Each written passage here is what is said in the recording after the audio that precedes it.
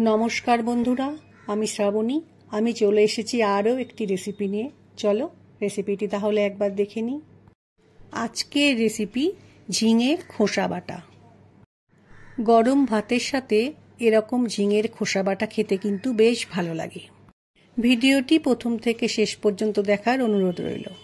ঝিঙের খোসা বাটা রেসিপিটি বানানোর জন্য কিছু টাটকা ঝিঙে নিয়েছি।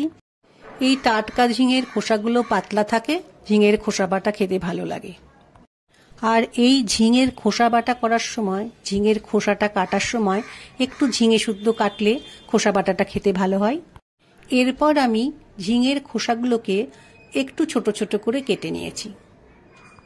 এবার ঝিঙের খোসাগুলোকে একটু গরম জলে সেদ্ধ করে নেব।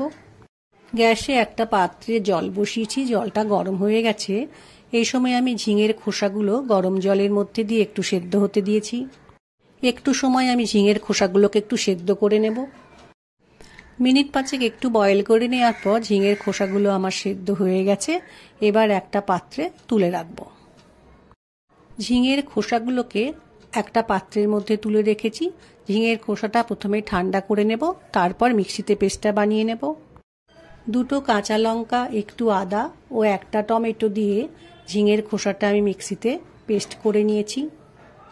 মিক্সিতে পেস্টটা বানানোর সময় অল্প পরিমাণ আমি জল ব্যবহার করেছি। এইবার ঝিঙের খোসা বাটাটা মিক্সি থেকেটা বোলের মধ্যে রেখে দিয়েছি। এরপর খোসা বাটাটা রান্না করার জন্য কড়াইয়ে একটু সর্ষের তেল দিয়েছি। সর্ষের তেলটা গরম হয়ে গেছে। এই সময় অল্প পরিমাণ কালো জিরে ফোড়ন দিয়ে একটু সময় ভালো করে ভেজে নেব। ফোড়নটা খুব সুন্দর ভাজা হয়ে গেছে এবং ফোড়ন থেকে খুব সুন্দর গন্ধ বেরোচ্ছে। এই সময় ঝিঙের খোসা বাটাটা তেলের মধ্যে আমি দিয়ে দিলাম। তেলের মধ্যে ঝিঙের খোসা বাটাটা দিয়ে খুব ভালো করে মিশিয়ে নিয়ে একটু সময় রান্নাটা করে নিতে হবে।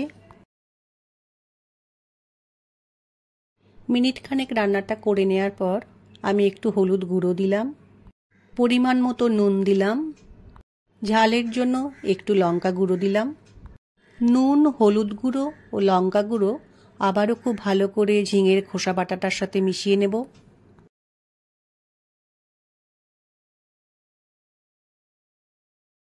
অল্প পরিমাণ চিনি ঝিঙের খোসা বাটার মধ্যে দিয়ে খুব ভালো করে মিশিয়ে নিয়ে আমি আর একটু সময় রান্নাটা করে নেব। এই রান্নাটা কিন্তু একটু শুকনো শুকনো খেতেই ভালো লাগে।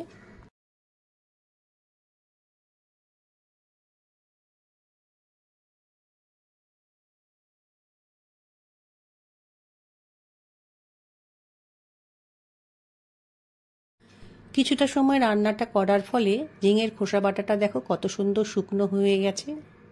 আমি যেভাবে রান্না করলাম এভাবে ঝিঙের খোসা বাটা রান্না করলে খেতে কিন্তু অপূর্ব হয়। যারা কোনোদিন এই রান্নাটা বানিয়ে খাওনি তারা একবার রান্নাটা বানিয়ে দেখো, আশা করছি ভালো লাগবে। রান্নাটাকে এবার আমি কড়াই থেকে একটা পাত্রে পরিবেশন করে নিয়েছি। আমার আজকের রেসিপি আশা করছি তোমাদের ভালো লাগবে। আমার আজকের রেসিপি ভালো লাগলে লাইক, শেয়ার ও সাবস্ক্রাইব করো। ভিডিওটি দেখার জন্য ধন্যবাদ। ভিডিওটি আজ এখানেই শেষ করছি। ফিরে আসছি আরও একটি রেসিপি নিয়ে।